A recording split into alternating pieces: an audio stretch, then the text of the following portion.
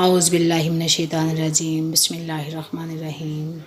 آپ دیکھ رہے ہیں اسلامک چینل۔ امید کرتی ہوں کہ آپ سب ٹھیک ہوں گے، خیریت سے ہوں گے۔ اللہ تعالیٰ آپ سب کو ٹھیک رکھے۔ وفات رسول اللہ صلی اللہ علیہ وآلہ وسلم 12 ربیع الاول کا دن تھا۔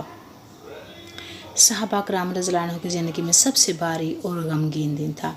حضرت انس رضی اللہ تعالیٰ عنہ فرماتے ہیں، رسول اللہ صلی اللہ علیہ وآلہ وسلم کی وفات کی خبر صحابہ پر بجلی بن کر گری، اور جس دن وفات ہوئی صحابہ کرام رضی اللہ عنہ کے ہوش و حواس اڑ گئے۔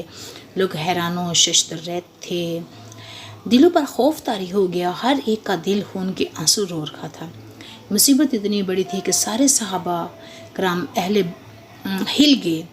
مدینہ میں گویا زلزلہ آ گیا، کوئی ہوش کھو بیٹھا، کسی پر خاموشی طاری ہوگی۔ غم کا یہ عالم تھا کہ حضرت عمر فاروق رضی اللہ عنہ اٹھ کھڑے ہوئے اور رسول اللہ صلی اللہ علیہ وآلہ وسلم کی وفات کی خبر دینے والے کو دھمکی دیتے ہوئے کہہ رہے تھے کہ اللہ کی قسم، میں جسے نبی صلی اللہ علیہ وآلہ وسلم کی موت کی خبر دیتے ہوئے سنوں گا، میں اس کی گردن اڑا دوں گا۔ جس دن نبی صلی اللہ علیہ وآلہ وسلم مدینہ تشریف لائے، آپ کی آمد سے تمام چیزیں روشن ہو گئیں، اور جس دن آپ صلی اللہ علیہ وآلہ وسلم کی وفات ہوئی، تمام چیزیں تاریک ہو گئیں۔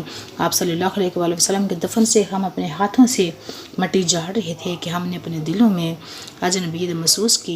آپ صلی اللہ علیہ وآلہ وسلم کی وفات سے ایک زبردست خلا پیدا ہو گیا۔ اگر آپ کو ویڈیو پسند آئے تو سبسکرائب کریں، لائک کریں۔ ہمیں رسول کریم صلی اللہ علیہ وآلہ وسلم کی سنتوں کو تازہ اور زندہ رکھنے کی توفیق عطا فرمائے، نیک عمل کی توفیق عطا فرمائے۔ آپ لوگوں نے اچھے اعمال کرنے ہیں اور لازمی اس کو شیئر کرنا ہے۔ اللہ حافظ۔ السلام علیکم ورحمۃ اللہ وبرکاتہ۔ جزاک اللہ خیر۔